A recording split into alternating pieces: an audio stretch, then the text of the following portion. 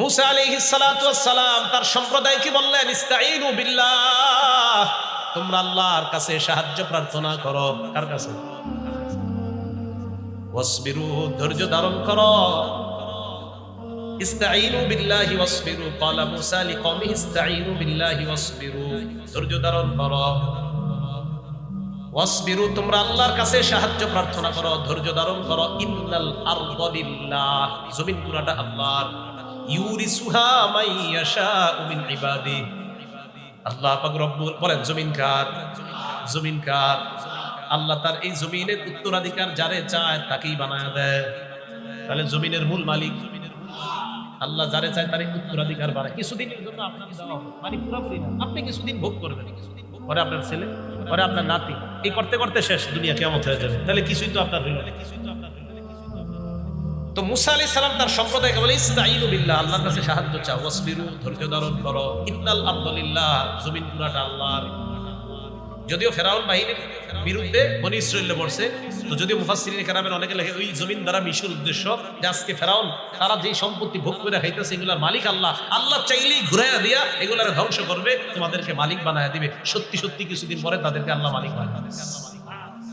পরে কি কয় দেখেন, ওয়াল আকিবাতু লিল মুত্তাকিন, যারা তাকওয়া অবলম্বন করে শুভ পরিণতি তাদের জন্য। তাহলে যারা তাকওয়া অবলম্বন করে শুভ পরিণতি তাদের জন্য। যারা তাকওয়া অবলম্বন করে তাদের এই যোগ্যতা অর্জন হয়, আল্লাহ তাদেরকে এই যোগ্যতা দিয়ে দেয়। তারা অতীতের কোন জাতির ধ্বংসের ঘটনা অথবা ভালো ঘটনা যখন শুনে, এটা থেকে তারা উপদেশ গ্রহণ করে। মুত্তাকিন কি যে মুত্তাকিরা শুনে না, বনি ইসরাঈলকে আল্লাহ এই গজব দিলেন, ফেরাউন বাহিনীরে আল্লাহ ডুবাইয়া দিলেন, সালেহ নবীর জাতিকে আল্লাহ এরকম ভয়ঙ্কর আযাব দিলেন, হুদ নবীর জাতিরে আযাব দিলেন।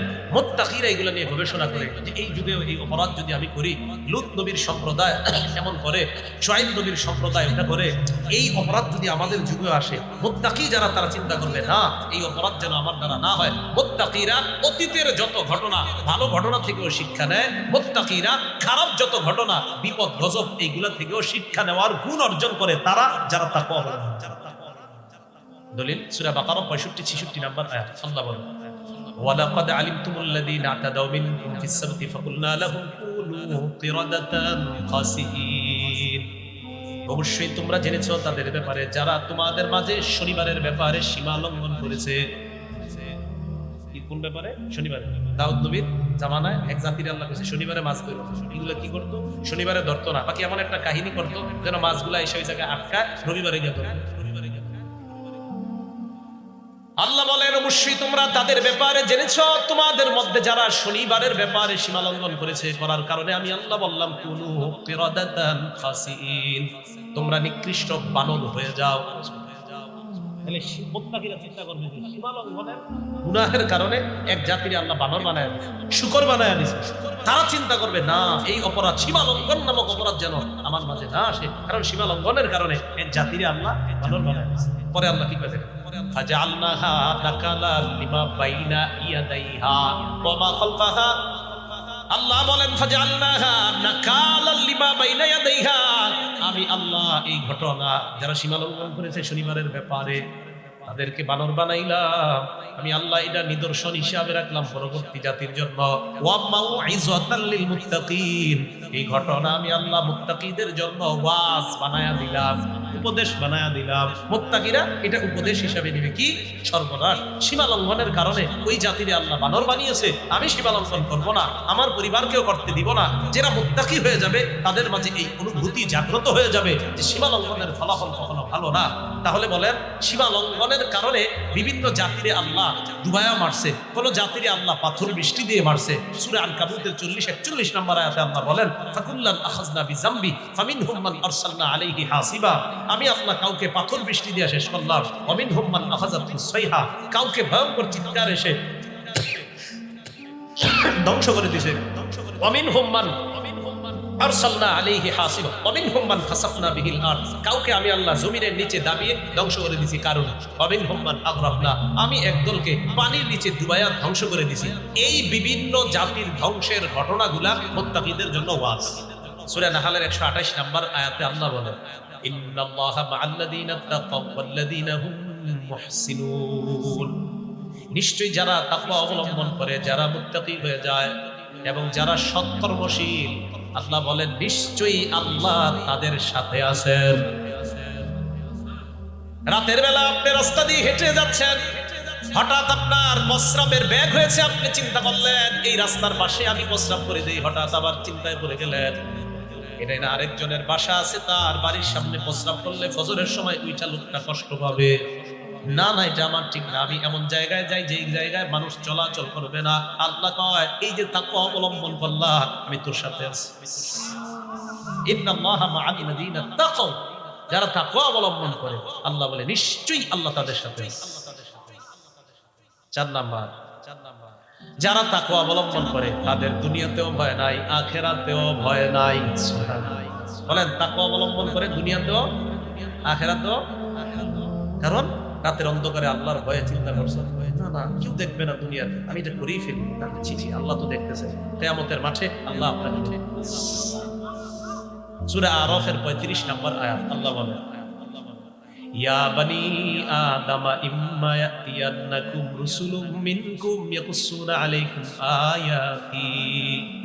হে আদম সন্তান, তোমাদের কাছে তোমাদের পক্ষ থেকে একজন রাসূল যখন আসে, রাসূল তোমাদের কাছে আসার পর ইয়াকুসুনা আলাইকুম আয়াতি, আমার আয়াতগুলো তোমাদেরকে বর্ণনা করে দেয়। ফামানিত্তাকা, যে ব্যক্তি তাকওয়া অবলম্বন করে, ওয়া আসলাহা, নিজের আমলকে সংশোধন করে দেয়, ফালা খাউফুন আলাইহিম, তাদের কোনো ভয় নাই, ওয়ালা হুম ইয়াহজানুন, কিয়ামতের মাঠে তারা চিন্তিত হবে না। ভয় নাই, চিন্তা নাই।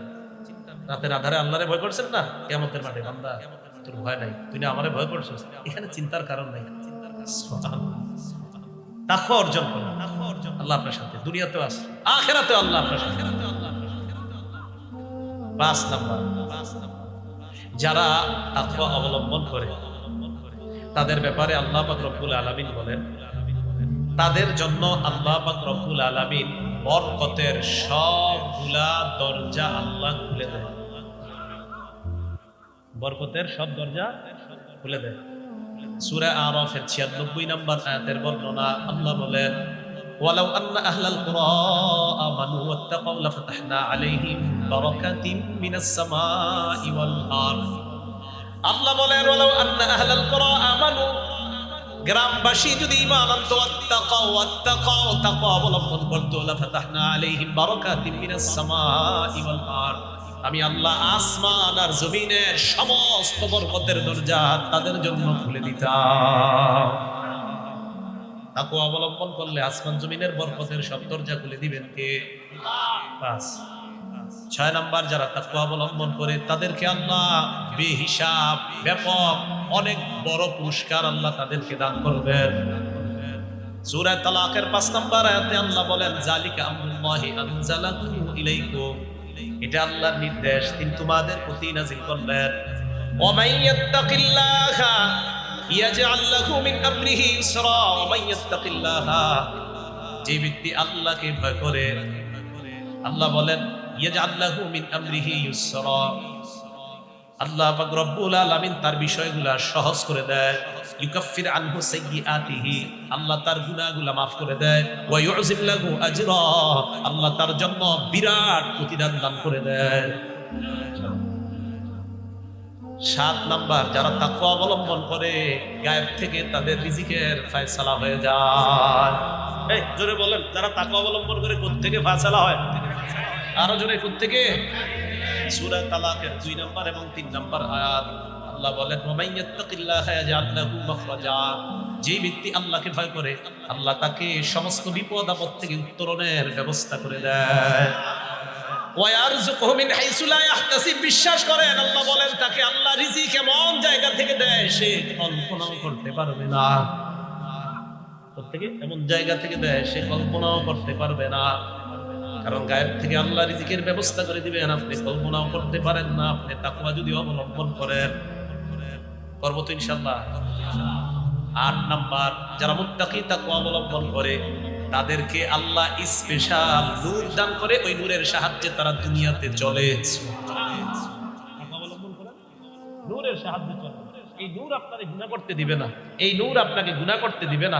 এই নূরের সাহায্যে যখন চলবেন, এই নূর আপনাকে টেলিভিশনের দিকে তাকাইতে দিবে না। আল্লাহ মুত্তাকি যখন তাকওয়া যখন অর্জন করবেন, একটু কষ্ট হবে। শয়তান বারবার বলবে ভিন্নারীর প্রতি তাকাও, না তাকাবো না, আবার বলবে তাকাও, না তাকাবো না। এইভাবে আপনি মুত্তাকি হয়ে যান, আল্লাহ আপনাকে পুরো একদম জীবনটাই নূর আর নূর ধারা ভরপুর করে দিবেন। সূরা হাদীদের 28 নম্বর আয়াত আল্লাহ বলেন, ইয়া আইয়ুহাল্লাযীনা আমানুত্তাকুল্লাহ ওয়া আমিনু বিরাসূলিহি ইউতিকুম কিফলাইনি মির রাহমাতি। আল্লাহ বলেন, হে ঈমানদারগণ, ইত্তাকুল্লাহ, আল্লাহকে ভয় করো, আমিনু বিরাসূলিহি, আল্লাহর রাসূলের উপর ঈমান আনো, ইউতিকুম কিফলাইনি মির রাহমাতিহি, আল্লাহ আপন অনুগ্রহে তোমাদেরকে ডাবল সওয়াব দান করবেন। পরে কি করবেন? ওয়াজআল লাকুম নূরা, এমন নূর আল্লাহ দান করবেন, তামশুনা বিহি, ওই নূরের সাহায্যে তোমরা চলতে পারবা। আরো আছে, ওয়াগফির লাকুম, জীবনের সব গুনাহগুলো আল্লাহ মাফ করে দিবেন।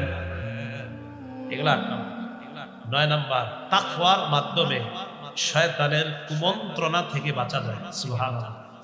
কার কুমন্ত্রণা? শয়তান। সূরা আরাফের 201 নম্বর আয়াত আল্লাহ বলেন, ইন্নাল্লাযীনা তাকাউ ইযা মাসসাহুম তাইফুম মিনাশ শাইতান তাযাক্কারু ফাইদা হুম মুবসিরুন।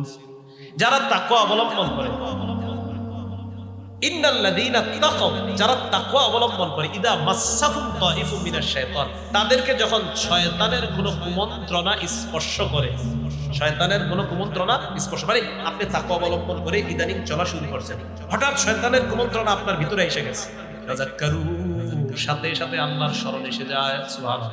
ফাইদা হুম মুবসিরুন, তখন তার দৃষ্টি শক্তি খুলে যায়, বুঝতে পারে এটা গুনাহ, এটা গুনাহ না। সুবহানাল্লাহ। তাকওয়া অর্জন করবেন যখন, তখন দেখবেন হাজারো গুনাহ থেকে এই তাকওয়া আপনারে ফিরায়, না না এটা করো না, আপনারে ফিরায়। 9 নাম্বার। 10 নাম্বার, কাফের মুশরিকদের বিরুদ্ধে তাকওয়া এক মুমিনের শ্রেষ্ঠ হাতিয়ার। আমার সাথে বলেন, বলেন, শত্রুদের বিরুদ্ধে মুমিনের জন্য শ্রেষ্ঠ হাতিয়ারের নাম তাকওয়া। মনে থাকবে নি? সূরা আলে ইমরানের 120 নম্বর আয়াত আল্লাহ বলেন, ইন তামসাসকুম হাসানা, তোমাদেরকে যদি কোনো কল্যাণ স্পর্শ করে, মুমিনদেরকে আল্লাহ বলেন, ইন তামসাসকুম হাসানা, কোন কল্যাণ যদি তোমাদের কাছে এসে যায়, কোন কল্যাণ যদি তোমাদেরকে স্পর্শ করে, তাসুহুম, বেঈমানরা কষ্ট পায়। মুমিনদের কল্যাণ আসলে বেঈমানদের ভালো লাগে না। যেমন আমাদের দেশে আলেম ওলামাদের যদি একটু ভালো ভালো অবস্থা হয়, একদল নামদারি মুসলমানের সহ্য হয় না। ইন তামসাসকুম হাসানা, তোমাদের যখন কোনো কল্যাণ আসে, তাসুহুম, ওই শত্রুদেরকে কষ্ট দেয় বিষয়টা। তোর কি অবস্থা? হ্যাঁ, হুজুরদেরকে এত দাম দেয় কেন সবাই? এর সহ্য হয় না। ইন তামসাসকুম হাসানা, তোমাদের যদি কোনো কল্যাণ আসে, তাসুহুম, তাদের কষ্ট লাগে। ওয়া ইন তুসিবহুম সাইয়্যাহ, তোমাদের যদি কোনো বিপদ আসে, ইয়াফরাহু বিহা, তারা খুশি হয়। কি হয়? বুঝে না হুজুর, বুঝে না কি এই চরিত্র আছে কিনা? আল্লাহ বলেন, চিন্তার কোনো কারণ নাই। তাসবিরু, যদি ধৈর্য ধারণ করো, এরা বলবে, ওয়াতাত্তাকু, তাকওয়া অবলম্বন করো, লা ইয়াদুররুকুম কাইদুহুম শাইআ, তাদের চক্রান্ত তোমাদের কোনো ক্ষতি করতে পারবে না। তাহলে বলেন, তারা খুশি হোক আর বেজার হোক, আমাদের যদি তাকওয়া থাকে, তাদের বেজার আমাদের কোনো ক্ষতি করতে পারবে না। তাহলে শত্রুদের থেকে মুমিনের বাঁচার শ্রেষ্ঠ হাতিয়ারের নাম। আপনারা এসে বলবে, এই অমুক শত্রু কিন্তু আপনার এই কাজে খুশি হয়েছে, আপনি কাজে খুশি হয়েছে, কেন ভাই? আপনি বলবেন, ভাই আমি আল্লাহরে ভয় করি, আল্লাহ বলছে আল্লাহরে যদি ভয় করি, তাদের এই জাতীয় চক্রান্ত আমার কোনো ক্ষতি করতে পারবে না। 10 নাকি 11 চলে গেছে। 11 নাম্বার, সোজা সাপটা কথা, মুত্তাকিদের শুভ পরিণতি, শেষ পরিণতি মুত্তাকিদের। বলেন, শেষ পরিণতি, ভালো ফলাফল, আখেরি ভালো ফলাফল, বলেন শেষ ভালো ফলাফল, বলেন মুত্তাকিদের। তাহলে সর্বশেষ যে চূড়ান্ত শ্রেষ্ঠ ফলাফল তাদের জন্য। সূরা আরাফের 128 নম্বর আয়াত আল্লাহ রাব্বুল আলামিন বলেন, ক্বালা মূসা লিকওমি ইসতাঈনু বিল্লাহি ওয়াসবিরু। মূসা আলাইহিস সালাতু ওয়াস সালাম তার সম্প্রদায়কে বললেন, ইসতাঈনু বিল্লাহ, তোমরা আল্লাহর কাছে সাহায্য প্রার্থনা করো। কার কাছে? ওয়াসবিরু, ধৈর্য ধারণ করো। ইস্তাঈনু বিল্লাহি ওয়াসবিরু, ক্বালা মূসা লিকওমিহি ইস্তাঈনু বিল্লাহি ওয়াসবিরু, ধৈর্য ধারণ করো। ওয়াসবিরু, তোমরা আল্লাহর কাছে সাহায্য প্রার্থনা করো, ধৈর্য ধারণ করো। ইন্নাল আরদা লিল্লাহ, জমিন পুরাটা আল্লাহর।